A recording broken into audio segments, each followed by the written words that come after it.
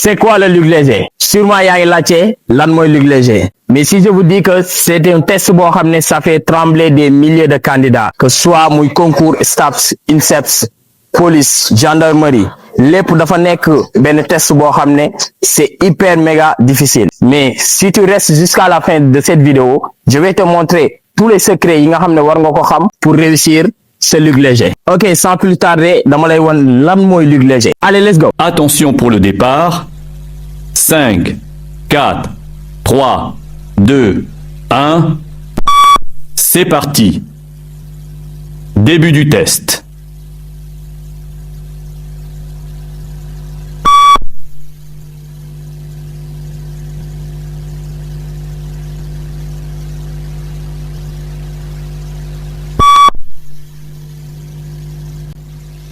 Palier 1.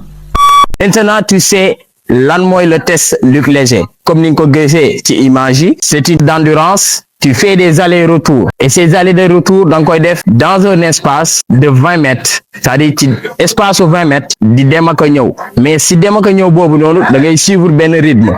Et rythme boobu ngay suivre benn son la boo xam ne presque plus ngay dem ci minutes yi plus ngay gis ne ça augmente. Soo xoolee comme ni nga ko gisee début bi ça paraît facile mais plus ngay dem plus ngay sentir ne beat bi mu ngi yéeg et plus beat bi di yéeg intensité bi di yéeg et plus intensité bi di yéeg muy gën a métti. Et si je vous dis que c'est un combat, un vrai combat contre toi-même là parce que plus ngay dem plus muy gën a métti et plus muy gën a métti tu te dis dans ta tête, non, duma bàyyi. Lu mu metti duma bàyyi. Et c'était ça l'objectif en fait. Parce que dans les tests, ce qu'on cherche, c'est de mesurer, c'est-à-dire dañuy natt xool fi nga xam ne foofu la ta VO2 max toll, fi nga xam ne foofu la sa ton endurance toll, ak mais surtout fi nga xam ne foofu la sa mental toll. Donc ces trois aspects-là, soo demee ba am ko, là tout le reste, après ce sera juste des détails yoo xam ne da nga koy xam et tu vas réussir ton concours. Ouais, mais coach, lan mooy VO2 max? VO2 max nag signifiewul dara lu dul volume maximal d'oxygène. Maanaam, c'est la quantité maximale d'oxygène que ton corps peut utiliser par minute quand tu fais un effort intense. Maanaam, moment yi ngay entraînement bu intense bu métti moment boobu sa yaram dafa soxla oxygène et oxygène boobu noonu mu soxla li koy permettre mu transporter ko li koy permettre mu utiliser ko ci sa biir yaram loolu nañuy tuddee VO2 max. Donc jàppal ne yow le VO2 max mu ngi mel ni benn moteur ci sa biir yaram plus VO2 max bi dafa rëy plus ngay mën a tenir longtemps ci yenn entraînement yu intense yi et plus muy tuuti plus ngay gaaw a sonn. Mais ne t'inquiète surtout pas parce que le VO2 max mun nga ko améliorer à travers les entraînements et je t'invite à abonner. Bientôt vous aurez des vidéos yu leen di permettre ngeen gën a mun a améliorer seen VO2 max. Très bien. Maintenant tu vois à quoi ressemble le test Luc léger.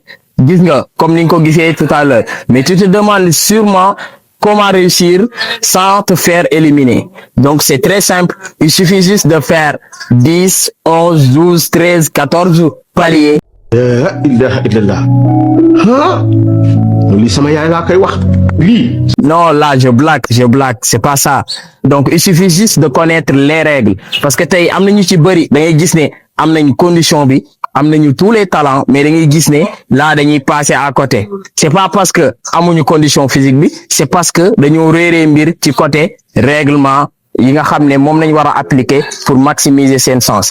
Et ci partie bi, je vais te montrer tous les règles yi nga xam ne moom nga war a xam pour que au moins nga mun a réussir ce concours et sans te faire éliminer. Comme ni nga ko gisee fii balaa ngaa dem ñaari tànk yëpp dafay nekk ci biti ba ñu bit bi ne tiit nga soog a dem. Début bi nag dafay yéex et c'est très normal parce qu'on est dans l'échauffement donc boo yeggee aussi benn tànk bi kase ngay teg ci biti soxlawul ngay génnee ñaari tànk yëpp comme nii benn tànk bi rek lay génnee hors ligne bi après là ma dégluwaat bit bi demaat. Donc di nga dem ba ay 2 minutes après nga commencé gis ne rythme bi mu ngi commencé di jóg yaa ngi commencé di entamer di commencé dugg ci palier yi même soo yegsee déggagoo bit bi da ngay taxaw nga xaar ba bit bi ne teint nga soog a dem nii te encore une fois bit bi warula jiitu toujours bit bi c'est-à-dire tiit bi dalaa war a fekk ci tere bi nga taxaw di ko xaar donc yow chaque jour yow yaa war a xool ni nga koy jiitoo mais pas moom ni mu lay jiitoo mais nag Palier 1. gis nga fii nag ñu ngi ci ay palier 5 jëm 6 da ngay gis ne bit bi dafay gën a yokk 15 secondes.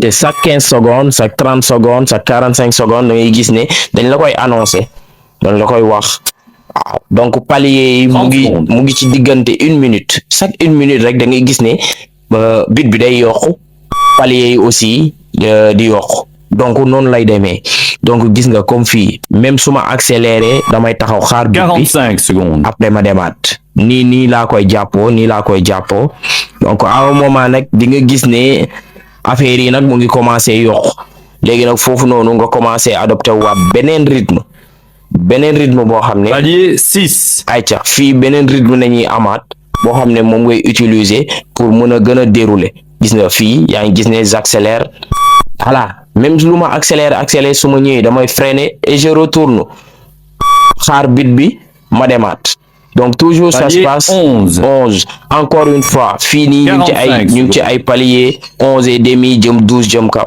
donc toujours gis ne dafay gën a gaaw et des fois bit bi raw la su la rawee accélérel pour nga mën koo dab donc c'est ça lii laa la indiloon tey comme règle Palier 12. nga respecté ko après pour gën a mën a maximiser say sens bu ñu ci jugee nag dañuy ñëw ci erreur yi nga xam ne presque 90% des candidats dañu koy def bi ci njëkk mooy nga ñëw ba ci tere bi là au lieu nga teg benn tànk rek fas yéene dellu ngay non seulement génn nga ci biti mais en plus ngay wër comme si que da nga am benn mbir boo xam ne moom ngay wër pour tourner pour fas yéene demaat lii boo koy def dee ko bàyyi parce que non seulement di nga ci perdre temps mais aussi tamit ku gaaw a sonn ngay doon buñ ci jugee dañuy ñëw ci deuxième erreur bi mooy à l'arrivée nga ñëw génnee ñaari tànk yépp pour fas yéene tourner jël départ pour fas yéene demaat lii nii aussi lu lay gaaw a sonal lay doon et danga ciy perdre même des secondes te secondes yooyu noonu ngay perdre dina répercuter ci bit bi parce que bit bi bu dee fekk la ci tere ba avertissement la deuxième avertissement ñu génnee la am na ñoo xam ne troisième voilà des fois ngay daw ba ci digg bi c'est vrai yaa ngi commencé sonn mais toujours garder la synchronisation des bras avec les jambes bul wàcci loxo yi bul wane benn signe de benn comportement boo xam ne ni yow ku ñuy teel a bàyyi xel ngay doon donc veille à ce que bul doon koo xam ne dañ lay teel a identifier ci genre concours yi parce que dañ lay teg bët non seulement dañ lay bàyyi xel te bu boobaa mun nañ la éliminer biñ ci jógee ñu ñëw doo contrôler benn yoon say daw c'est-à-dire à l'arrivée tu dois te contrôler de telle sorte que benn tànk bi la war a teg ayca je mets à l'appui encore ma demaat par contre bu fekkee da ngay daw di fërërëri à l'arrivée da ngay saaraan dem te lii nii gis nga saaraan bii nii ma saaraan dama ci perdre ay secondes yu bëree bëri donc ñu veille ci parce que erreur yi nii ñu bañ ko di def bu ma ci jógee mooy daw je mets ma tête de gauche à droite boole ci sëgg lii nii non seulement duma concentré wu carrément mais aussi à l'arrivée même gis nga ni may tourner lii ku gaaw a sonn ngay doon. Donc ce qu'il faut faire à la place de ces erreurs là li ci njëkk mooy booy daw la relax gardel benn énergie surtout au début palier yi parce que début bi booy daw en général am na sax ñu koy waaxu parce que début bi échauffement la deux minutes ñuy soog a entamer nag ci palier 1 minute ñu dugg ci palier et palier bi luñ ci gën a dugg rythme bi di xaw a gaaw tuuti début bi de 1 à 5 paliers 6 paliers mun nga garder énergie bi nànk-nànk maintenant nag suñ commencé dugg ci 9e palier 10 jëm kaw là foofu noonu tu commences à dérouler pour mun a garder vraiment le rythme pour nga gën a mun a exploser par rapport ak les scores du palier buñ ci jógee aussi moment bi nga xam ne da ngay yegsi ci tere bi moment boobu noonu éviter di tourner ñëwal tegal sa benn tànk ci biti automatiquement nga tourner tu te mets en position de départ pour xaar bit bi mu ne tiit nga demaat donc sooy appuyer nag appuyer bu baax a baax ci tànk yi xoolal dàll yoo xam ne nii dàll yi c'est pas glissant. buñ ci jógee aussi tamit ñu ñëw ci loxo yi gardel toujours les bras. Alors, ça permettra non seulement nga am benn bonne cadence, ça permettra aussi nga garder la synchronisation, la coordination des bras par rapport aux jambes. Également, pour terminer, surtout, am na ñoo xam dañuy dem ba un moment ñu am ay points de côté yooyu noonu ñuy am du lenn lu koy waral lu dul balaa nga tàmbali nga téye ndox mi di naan rek wala soit il y a une mauvaise respiration par rapport ak moment bi nga xam ne yaa ngi def palier et loolu noonu c'est pas bien. Donc ce que tu dois faire mooy avant nga tàmbali naanal lu yem naanal tuuti.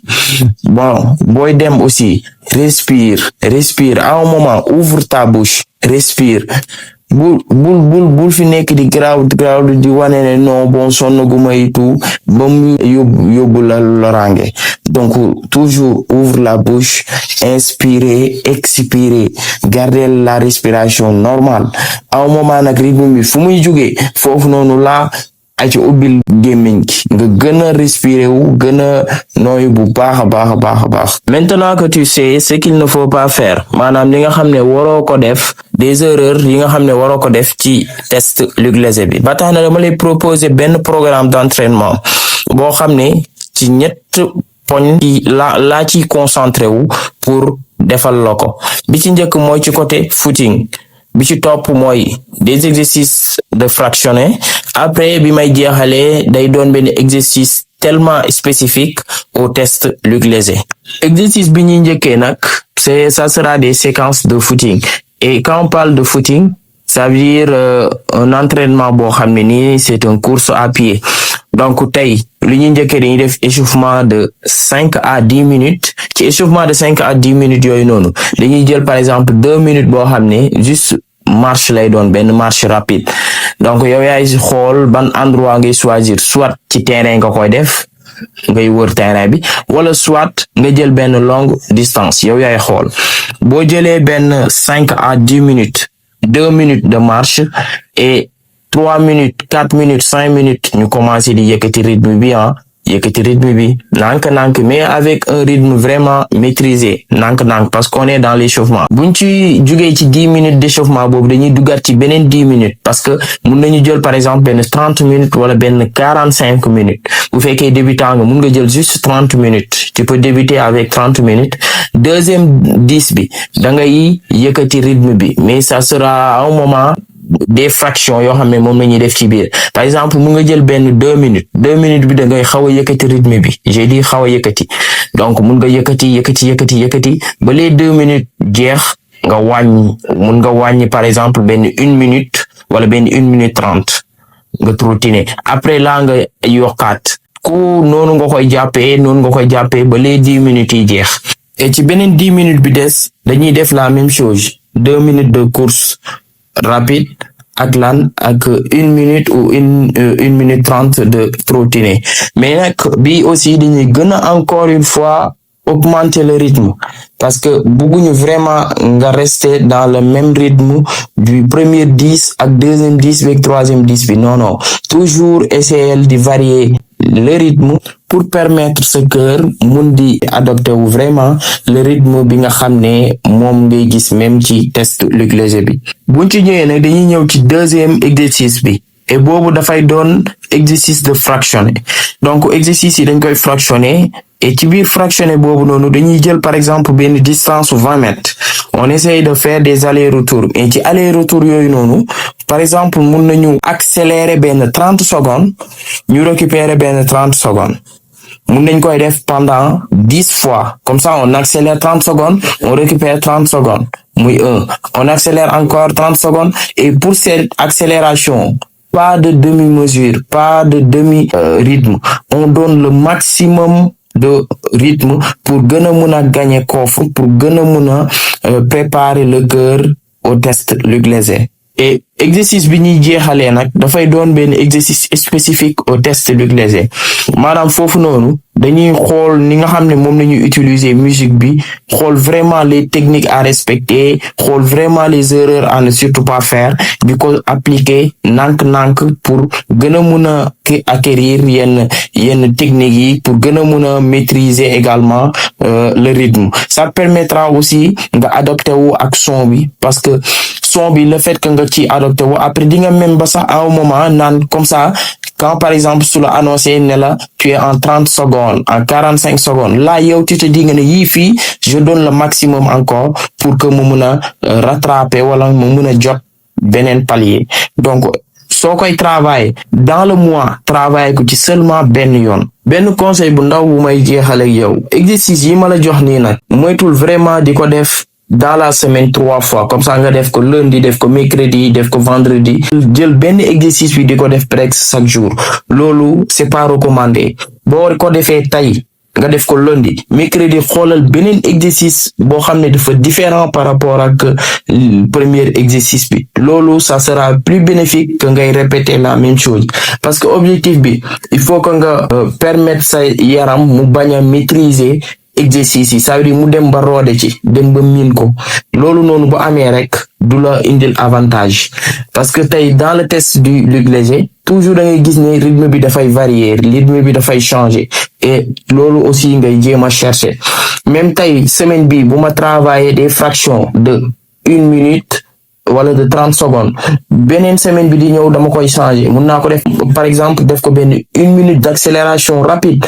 donc après je trottine benn 30 secondes donc ainsi de suite changement de rythme boobu moom moo lay dimbali bu baax a baax ci nga gën a mun a progresser par rapport ak test Luc Léger bi. Très bien. Maintenant, tu sais lan mooy Luc Léger. Tu connais également les règles à respecter, mais aussi tu connais les erreurs yi nga xam ne moom nga war a moytu pour nga mun a maximiser sa chance de répétition par rapport ak les paliers. Astuce bi ma lay jox mooy que ne dee ci travailler intelligemment, des fois di travailler ak beat bi parce que ça te permettra non seulement nga habituer wu familiariser wu ak moom pour que au moins nga mun a dem sans stress.